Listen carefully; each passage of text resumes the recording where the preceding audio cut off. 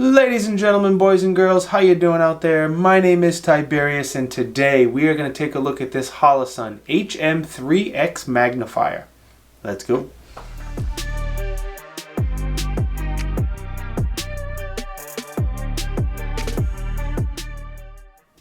As you can see, I went ahead and picked up my magnifier with the red dot. I have the Holosun HS510C red dot with the 3x magnifier, and it came in this nice little case that I will show you in a minute. And like everything Holosun, they give you a very good quality product at an extremely good value. You can pick up the magnifier itself for less than $200, and if you want to pick up this whole kit, you can get it for less than $500. As always, I'll throw some links in the description. If you want to check them out, get more details, pick one up, whatever, check the links down below.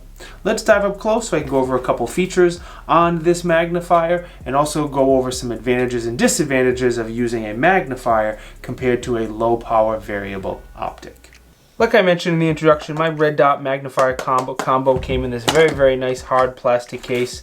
The usual manuals, the bikini caps for the magnifier, a couple extra screws, extra battery tray for the red dot, and then it has a couple tools. One of the tools is to replace the battery on the red dot, and the other one is if you want to switch it from the absolute co-witness to the lower third co-witness mounts, you can do so on both the red dot and on the magnifier. Putting that aside, let's take a look at the magnifier itself. Now it is a flip to the side 3x magnifier. The body of it is made from an aluminum. You can get this in a titanium version as well if you want to. Now there'll be links in the description, like I said earlier, if you want to check them out or pick one up.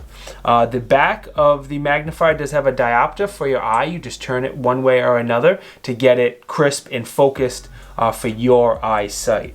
On your back here, you do have a quick detach lever, so you just push this button in right here and the quick detach lever opens and you can take the magnifier on and off very easily. Now if you go back and look at any of my videos where I'm shooting this rifle, because this is my test rifle, I shoot it quite a bit.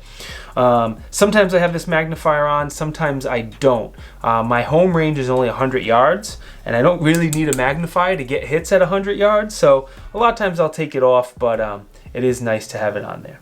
As far as your eye relief with the magnifier, you're going to be just under 3 inches. It does have your windage and elevation adjustments, so yes, you do need to zero your magnifier after you zero your red dot. So get your red dot all zeroed in, then zero your magnifier, and you should be good to go. But there's a lot of good videos on how to do that if you have any questions. Now the big question is, should I get a low power variable optic or should I get a magnifier with the red dot? And there's pros and cons to both. As far as the low power variable optic, or the LPVO is what I'm going to call it from now on, the pro is going to be you get much better quality glass with one of those, and you also typically get much better magnification. And there's always exceptions, but typically you get better magnification with those. Disadvantage with a low power variable optic, the big one is going to be the eye relief.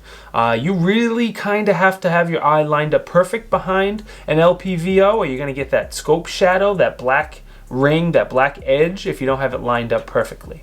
Now with the red dot, especially not using the magnifier, your eye relief is unlimited. So if you're shooting in unique positions, around a vehicle or CQB or anything like that, that's the big advantage of a red dot.